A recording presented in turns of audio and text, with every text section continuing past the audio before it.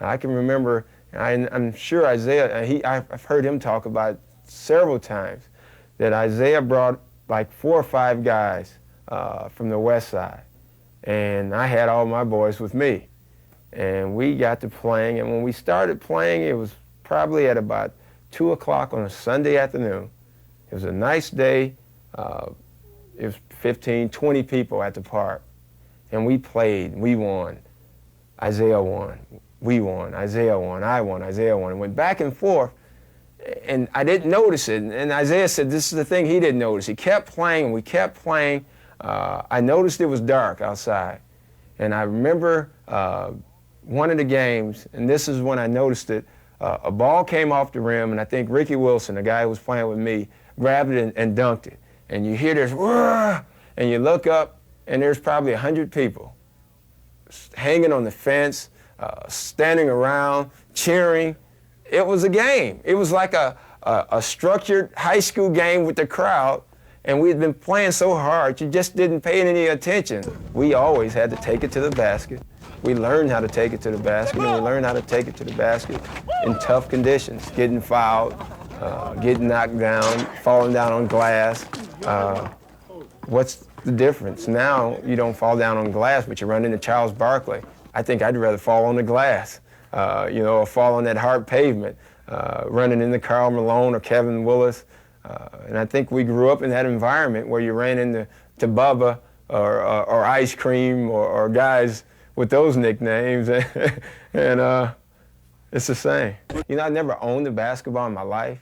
I would just go to the park and pick up the basketball that was sitting there and play and dribble the basketball. I used to just dribble and do little drills. I would take a basketball home that one of my friends gave me and keep that for 6 months or whatever, but I never in my life went to a store and bought a basketball. I didn't have the money, and I could find the basketball from somewhere, and I knew that.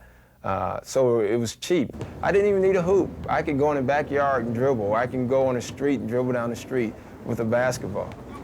You don't need any tools to work on your game. You can always practice. There's no excuse not to work on basketball if that's what you really want to achieve. And I think that's why it's so big in the city. That's why blacks dominate the sport, because that's what we start out playing. You can't be a pro basketball player nowadays if you don't go to school. It's that simple. If you don't do the books, you don't play on the court. It's that simple, but it's also really tough, because it's tough for a guy to study when his parents never went to school, or when he just has one parent and she's working all the time and the father's not around.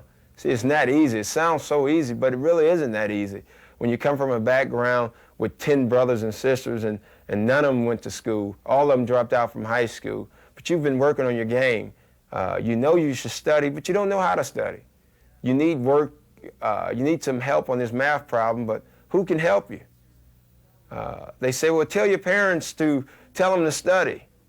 Well, if your parents never went to high school, how do they know how to study? How can your parents tell you to do your homework if they never did their homework? They probably don't know you have homework.